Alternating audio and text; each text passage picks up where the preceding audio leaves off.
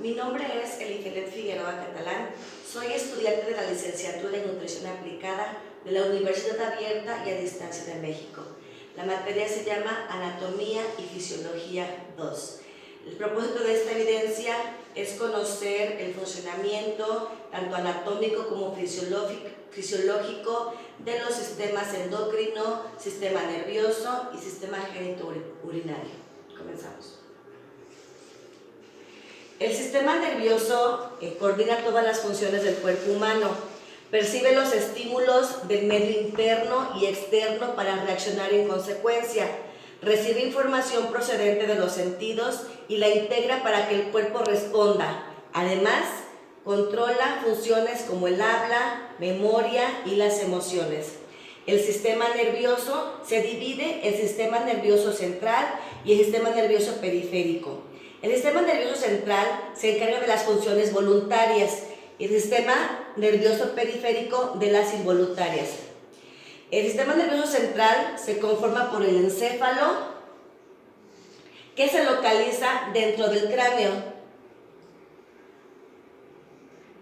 y la médula espinal, que va dentro de la columna vertebral. El sistema nervioso periférico recorre el cuerpo a través de los nervios que salen del encéfalo y la médula, recibiendo y transmitiendo los estímulos al sistema nervioso central. Se ocupa de interpretar esos estímulos y responder ante ellos. Imparte órdenes a los músculos y a las glándulas para que cumplan con sus funciones de acuerdo a las necesidades del cuerpo. El sistema nervioso central es el responsable de la integración, procesamiento y coordinación de los impulsos sensitivos entrantes y motores salientes, además de llevar funciones superiores como las emociones, la inteligencia, memoria y aprendizaje. El sistema nervioso central está formado por el encéfalo y la médula espinal. En el interior del encéfalo existe un sistema de 4 cavidades conocidas como ventrículos, por los cuales circula el líquido cefalorraquídeo. Los ventrículos cumplen con la función de albergar al líquido cefalorraquídeo. El encéfalo es una de las 2 partes que conforman el sistema nervioso central, que está protegido por el cráneo. Está protegido por el cráneo. El encéfalo es uno de los órganos más grandes del adulto. Está formado por millones de neuronas y muchas más células de la glía o neuroglía. El encéfalo se divide en romboencéfalo, que corresponde al bulbo raquídeo, protuberancia y cerebelo. El mesencéfalo incluye los tubérculos cuadrigéminos, pedúnculo cerebral y acueducto del mesencéfalo. El prosencéfalo incluye al diasencéfalo, al tálamo, hipotálamo, región subtalámica y epitálamo. Y telencéfalo, que es la corteza cerebral, el cuerpo estriado y sustancia blanca. Está formado por el cerebro, el diencéfalo y hemisferios cerebrales, que es el hemisferio izquierdo y el hemisferio derecho. El cerebelo y el tronco del encéfalo, este último también llamado corto cerebral o tallo encefálico. Esta parte de aquí. El cerebro tiene forma ovoidea, una cara superior convexa en relación con la bóveda del cráneo y una cara más o menos plana e inferior llamada base del cerebro, que descansa en las fosas frontal y esfenoidal por delante, y por atrás descansa sobre la tienda del cerebelo, que lo separa de este órgano. El cerebro propiamente dicho se compone de hemisferios, que es el derecho y es el izquierdo. Los hemisferios cerebrales son los 2 hemisferios, que están conectados por haces de fibras nerviosas, siendo el más prominente el cuerpo calloso, formado por unos 200 millones de fibras, y están separados por la físula longitudinal cerebral hacia la cual se proyecta la hoz del cerebro. Las funciones del cerebro incluyen el inicio y la coordinación de los movimientos, la temperatura, el tacto, la vista, el oído, el sentido común, el razonamiento, la resolución de problemas, las emociones y el aprendizaje. Pues el cerebro, junto con la médula espinal, son los centros principales donde ocurre la correlación y la integración de la información nerviosa.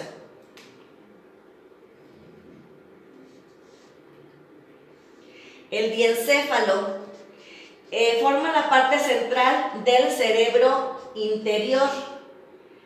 Consiste en el tercer ventrículo y las estructuras que forman sus límites. El diencéfalo está casi completamente rodeado por los hemisferios cerebrales, pues la superficie anterior es la única área expuesta a la superficie del encéfalo intacto.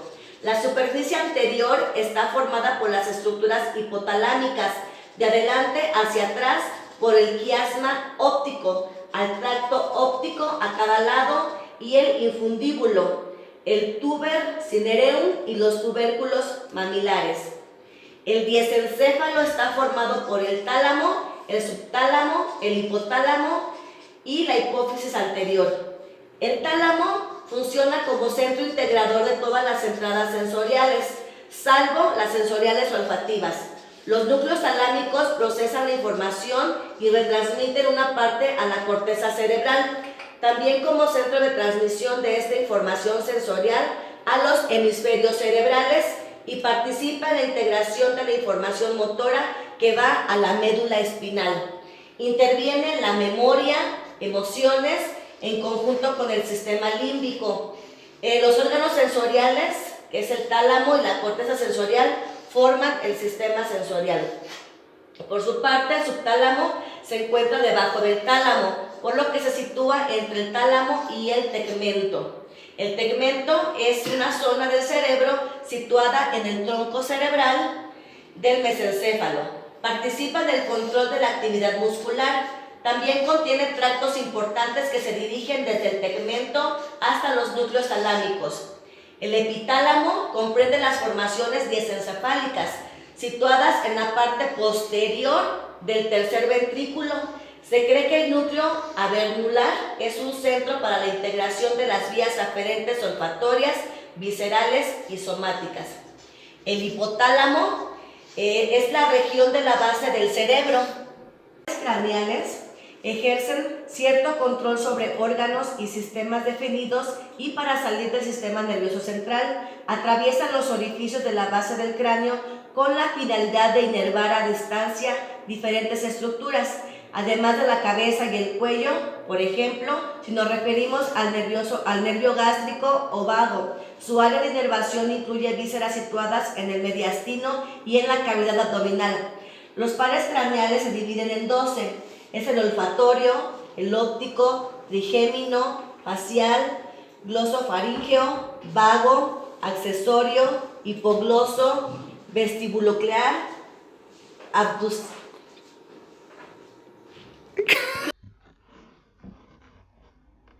Ahora les explicaré la relación del hipotálamo hambre-saciedad. El hipotálamo desencadena el hambre por medio de señales de las células nerviosas y hormonas. Como vemos aquí en el número 1, cuando está vacío el estómago, secreta una hormona gástrica llamada grelina para hacer saber al cerebro que estamos hambrientos, y la incorpora al torrente sanguíneo. Posteriormente, el descenso de la glucosa en sangre, que es hipoglucemia, también estimula la necesidad de comer. La señal llega al hipotálamo, que es el centro cerebral que controla el circuito del hambre y la saciedad. Posteriormente, al recibir el estímulo, el hipotálamo produce neuropéptido y orexinas A y B.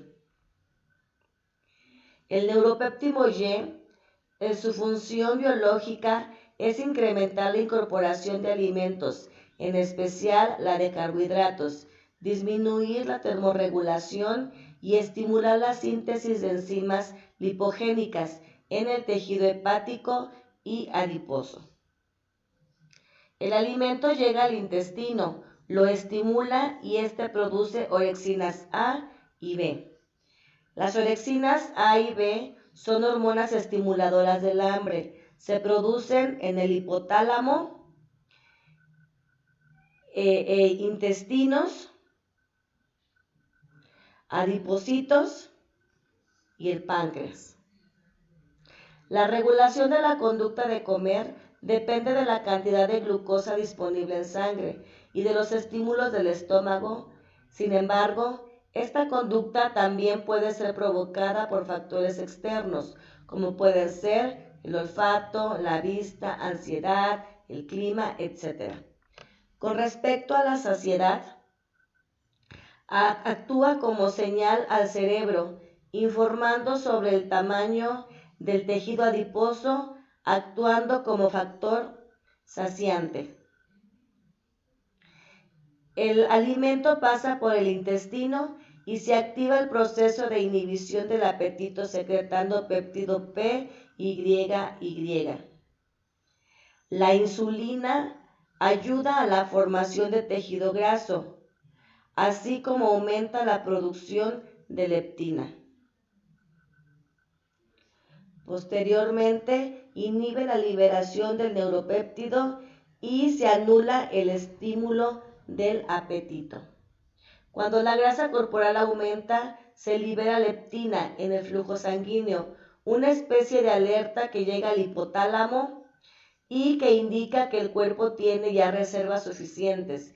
Esto inhibe el estímulo del apetito. Ahora les hablaré del aparato reproductor masculino y femenino.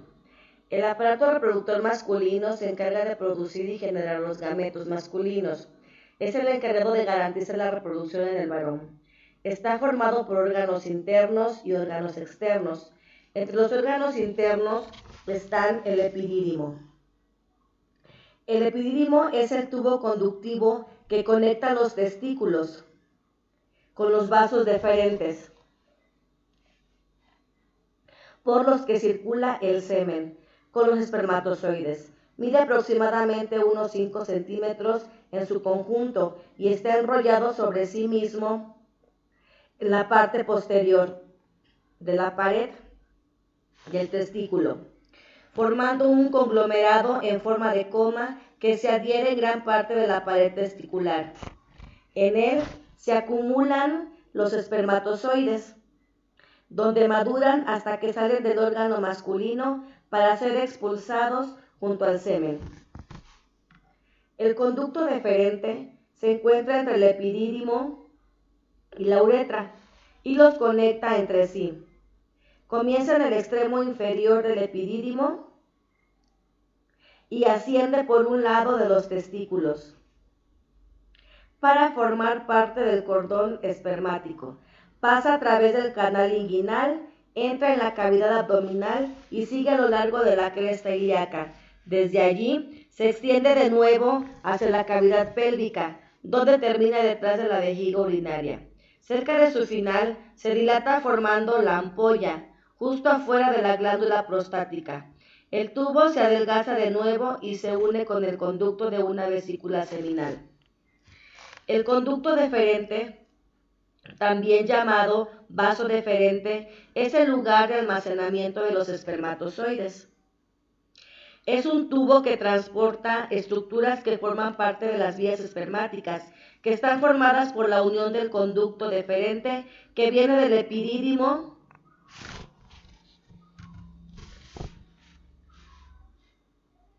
y el conducto de la vesícula seminal. Los conductos eyaculadores recorren un corto trayecto a través de la próstata para desembocar en la uretra. Es ahí donde se juntan los fluidos seminales con los líquidos aminoádicos y la sustancia producida por la vesícula seminal, formándose lo que se conoce como semen. Por consiguiente, su otra función es transportar el semen desde los testículos hasta la uretra para que finalmente salga al exterior y produzca la eyaculación. La glándula bulbourethral es una glándula de pequeño tamaño Mide aproximadamente de 3 a 5 milímetros de diámetro. También se le llama glándula de Cooper, situada en la raíz del pene, donde comienza la uretra membranosa. Secreta un moco espeso que tiene como función principal la lubricación uretral durante la eyaculación. Este líquido viscoso constituye la primera fracción del semen. Las vesículas seminales, también conocidas bajo el nombre de glándulas seminales, son las estructuras encargadas de la producción de aproximadamente la mitad del volumen del líquido seminal en los hombres. Estas consisten en un tubo plegado y enrollado sobre sí mismo. Se ubica en una región denominada excavación pélvica. Esta se localiza detrás de la vejiga urinaria y delante del recto. Se une a la próstata por medio del extremo inferior.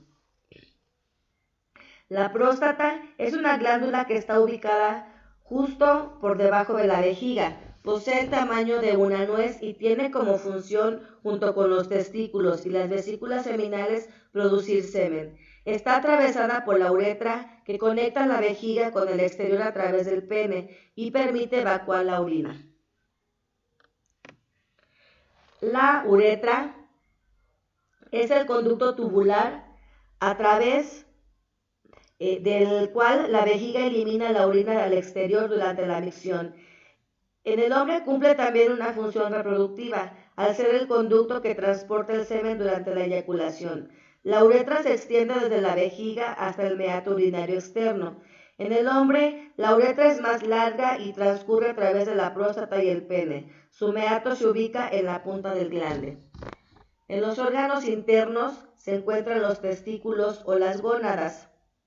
Los testículos o las gónadas masculinas, productoras de espermatozoides y de las hormonas sexuales, que es la testosterona, son los órganos glandulares que forman la parte más importante del aparato reproductor masculino.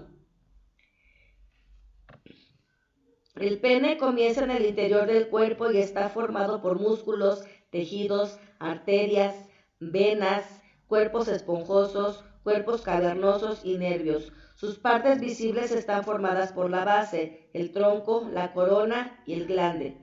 Por otro lado, el aparato reproductor femenino o sistema genital femenino se conforma por los genitales femeninos internos y externos, y en los internos se encuentran los ovarios. Son las glándulas sexuales femeninas. La mujer tiene 2 ovarios que se encuentran en la parte baja del abdomen. Son de tamaño y forma de una almendra y están situados a ambos lados del útero. Son los encargados de producir las hormonas, los estrógenos y progesterona, que aseguran el adecuado funcionamiento de todos los órganos sexuales. Las trompas de falopio son 2 tubos delgados que parten del útero hasta el ovario de cada uno de los lados de la vagina. Transportan los ovocitos que se producen durante el ciclo menstrual hasta la cavidad uterina y también sirven de cambio para los espermatozoides que pueden fecundar al ovocito. Además, también van aportando los líquidos necesarios para la fecundación y nutrición del cigoto. El útero es el órgano reproductor femenino en el que se produce la gestación. Es un órgano muscular hueco de forma triangular, ubicado en la cavidad pélvica, delante del recto y detrás de la vejiga urinaria. Su longitud es de unos 8 centímetros y su anchura de 5 centímetros. Tiene un ovario en cada lado. Durante el ciclo menstrual, si la mujer no se ha quedado embarazada, los cambios hormonales hacen que el endometrio se despegue y se expulse todos los meses, que es la menstruación. La vagina es el órgano del aparato genital femenino que conecta al útero con el exterior del cuerpo. Está formada por una vía recubierta de membranas mucosas que mantienen la humedad y la acidez y la protegen frente a posibles infecciones. Y su orificio está situado entre la uretra y el ano. Los genitales externos ocupan la mayor parte del periné y en conjunto se les llama vulva. Se designa vulva al conjunto de órganos genitales externos de la mujer, situados por debajo de la pared abdominal anterior, en el periné anterior, que es la región urogenital, por delante del ano, por dentro y arriba de la cara medial de los muslos. La vulva está coronada por el monte de pubis o monte de Venus e incluye las formaciones labiales. Cuando se separan entre sí los labios mayores, dentro encontramos a los labios menores. En la parte anterior se encuentra el clítoris. Aquí se encuentran el orificio externo de la uretra o meato urinario. A los lados y detrás de este orificio desembocan los conductos de las glándulas parauretrales. El orificio vaginal, que se encuentra por detrás del orificio externo de la uretra, bordeado por el himen. A los lados detrás de este orificio desembocan los conductos de las glándulas vestibulares mayores. A continuación les hablaré del sistema endocrino. Primero hablaremos de la glándula tiroides. Es una glándula impar localizada en el tercio medio inferior del cuello, en una situación adelante a ambos lados de la tráquea y la laringe. Se constituye de dos lóbulos unidos por un istmo transversal, dándole a este una forma de H. La glándula tiroides se encarga de secretar las hormonas tiroideas, que son la hormona tiroidea T4, y en una menor cantidad la trillodiroctina, la hormona T3. La glándula tiroides tiene una parte de células llamadas C o claras en la periferia de los folículos. Se encargan de producir calcitonina, que eleva los niveles de calcio al torrente sanguíneo, estimulando en ello la cavidad de osteoblastos en el depósito de calcio y formación ósea. Las glándulas paratiroides son dos pares de glándulas bilaterales anexas a la glándula tiroides. Se sitúa en la cara posteromedial de los lóbulos tiroideos laterales a la cápsula fibrosa de la glándula tiroides y mediales a la banda paratiroidea. Las glándulas paratiroides secretan una única hormona, que es la PTH, la paratiroidea. Esta hormona se encarga del control de la concentración de calcio en sangre. Promueve el incremento de dicha concentración al actuar sobre los huesos, los riñones y el intestino. Un aumento de esta hormona hace que los huesos liberen calcio y que los riñones conserven calcio. Un incremento de calcio en sangre ejerce retroacción negativa sobre la secreción de hormona paratiroidea. Páncreas endocrino. El páncreas es una glándula con forma alargada, pero aplastada en sentido anteposterior, situada a nivel de L1 y L2. Se integra a tres porciones, que es la cabeza, orientada hacia adelante y derecha, enmarcada en el duodeno, a través de una excavación en su borde superior, donde se endosa el duodeno. El cuello o istmo une a la cabeza con el cuerpo del páncreas. Tiene una longitud de 2 centímetros. El cuerpo se aparta de la cabeza en una dirección hacia la izquierda y arriba. Tiene una forma de prisma con 3 caras. La cola, orientada hacia la izquierda del resto de la glándula, se afina para formar una lámina en dirección del hilo del vaso. Cuenta con 2 conductos principales. El conducto pancreático de Wilson, que se origina en la cola del páncreas y recorre la glándula hacia la ampolla hepatopancreática. En su trayecto se conecta con cada acino para recibir su secreción. El conducto pancreático de Santorini o accesorio se separa del conducto pancreático a nivel de la cabeza del páncreas. Se dirige hacia la pared postemerodial del duodeno a 2 o 3 centímetros del conducto pancreático. El páncreas tiene las siguientes funciones. En primer lugar, las células alfa secretan glucagón, que estimula la gluconeogénesis, glucogenólisis en el hígado para la liberación de glucosa en la circulación, elevando sus niveles. Estimula el catabolismo de las grasas y la liberación de ácidos grasos libres. Facilita la absorción de aminoácidos para la gluconeogénesis.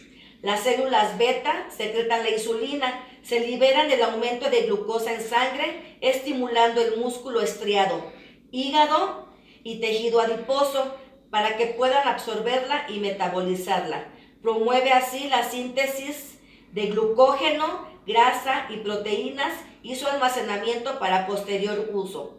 Es antagonista del glucagón. Las células delta secretan somatostatina, inhiben la secreción de enzimas digestivas y la absorción de nutrientes, actuando sobre el mismo páncreas para modular la secreción de glucagón e insulina. Las células PP secretan polipéptido pancreático que inhibe las contracciones de la vesícula biliar, los intestinos, además de la secreción de ácido clorhídrico en el estómago. Las células G secretan gastrina, que estimula la secreción de ácido clorhídrico, la movilidad y el vaciamiento gástrico. Las glándulas suprarrenales. Estas glándulas se encuentran ubicadas en la parte posterior del abdomen, debajo y delante del diafragma, por arriba de los riñones. La glándula suprarrenal adquiere diferentes funciones acordes al tejido involucrado, que es la médula suprarrenal. Debido a su capacidad dual, actúa como glándula endocrina y ganglio del sistema nervioso central. Se encarga de la secreción de hormonas ante una respuesta recibida por las fibras nerviosas de miedo o tensión. Se libera una mezcla de cotalocaminas integrada por 3/4 partes de adrenalina, 1/4 parte de noradrenalina y cantidades mínimas de dopamina. Su acción será aumentar el estado de alerta, preparando al organismo para una actividad física inminente. La corteza suprarrenal, por su parte, genera cerca de 25 tipos de hormonas agrupadas con el nombre de corticosteroides o corticoides. Se sintetizan a partir del colesterol, pero solo 5 tienen relevancia en cuanto a su acción física. Las gónadas, al igual que el páncreas, pueden ser endócrinas o exócrinas. La función exócrina se da en la producción de células sexuales, óvulos o espermatozoides.